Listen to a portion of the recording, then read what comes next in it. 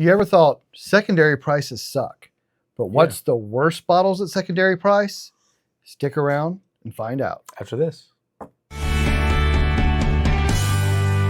right, everyone. Thanks for watching. Please like and subscribe. Let us know what you think are the worst secondary values if you had to pay secondary prices for a bottle. So I'm going to start out with a bottle that I think is okay at MSRP, but at secondary, the Elmer T. Lee's. Elmer T. Lee, but I like to call it the Lee's. This one is a good 8, 9, 10 year single barrel from Buffalo Trace, 90 proof. Honestly, it's pretty good at that lower proof, but at that 180-ish secondary price. Come on, are you serious? I mean, it's like a $40 bottle MSRP, and it goes for about 180 plus, and it is not worth 180 plus. So. Yeah, I feel like it's one of those bottles you got to get one to collect one of them from Buffalo Trace, but after that, it's good, but it's not worth secondary. There's so many other things you can get for that price. So for me, Elmer T. Lee. I agree 100%. This next bottle, a lot of people love, but to me, it's just not worth the secondary price. Yeah. Blanton straight from the barrel. Oof. Blanton's is overpriced. Well, so is the straight from the barrel, right? On secondary, to me, these come in about $150 MSRP, but they go for about $300 on secondary. And yes, they're a higher proof, and yes, they have a punch. But to me, they're not even the best barrel proof Buffalo Trace offering. Yeah. I'd rather have a E.H. Taylor barrel proof or a Stag over these. And these often go for the same or more. Yeah. So to me, the Blanton straight from the barrel just is not worth that secondary price I see them for. Yeah, I mean, it is good juice, but a 6-ish year barrel proof for $300. It's not worth more than the MSRP on a Russell's 15. Yeah. So here we are. Well, anyhow, continuing the Buffalo Trace theme, I guess, I went with the CYPB. Now, I will say out of the Weller line, I mean, this is an age-stated 8-year, top of the warehouse, craft your perfect bourbon that everyone really wanted. And this is, a cool, I don't want to say exactly publicity thing, but a majority of the people that entered this little, entry or contest or whatever said this is what their favorite bourbon was.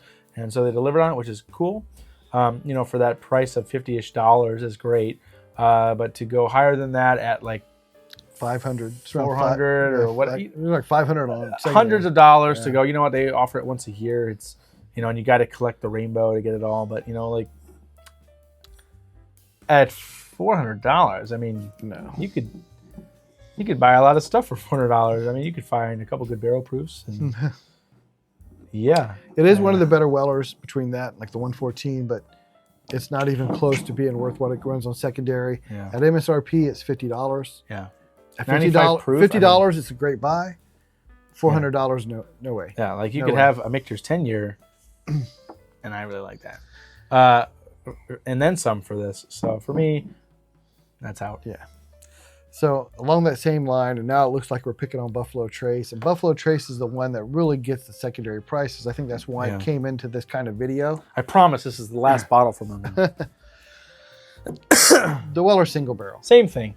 Yeah. So honestly, the CYPB is better than the single barrel, but the single barrel goes for more on secondary. Yeah. It's like $100 more, or $80, $50, $70 more. And it is just nowhere near worth it.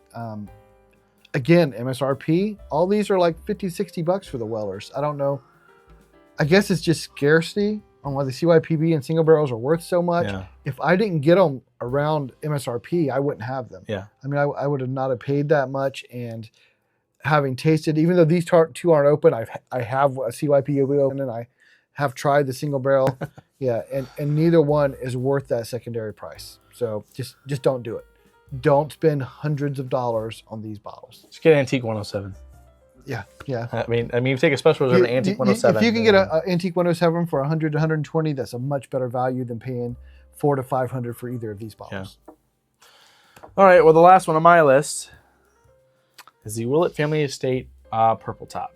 So this is just a regular rye and whatnot, but the Purple Top, the Family Estate. I mean, there's so many different there's source, there's different ages. Everyone's always $100 an age. I had a couple of them. I traded them. I mean, they're very good juice for what they are. However, the price on them is outrageous. Even the MSRP of being like a 10-year at $360 is like.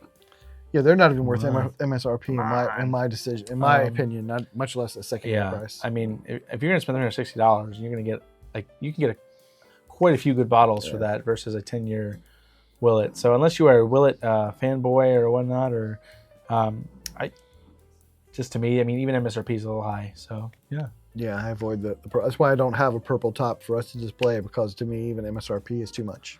So, and the last one. Dun, dun, dun, dun. Even though I hate to say it, because I love Old Forester,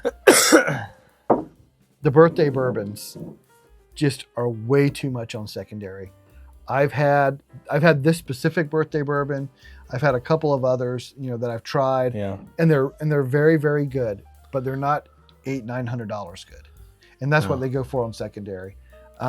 So, again, MSRP. 150, 160, whatever. I would grab one. I think they're like $199 or something now. 200, I grab one. Yeah. But I'm not going $800-900 for one. That's insane to me. I can't even believe like $400 or $500. You're like, yeah, I wouldn't do that. I wouldn't go double MSRP on these. I mean, you can get like a 13 County double oaked, which is the same bottle size and shape and everything looks really good.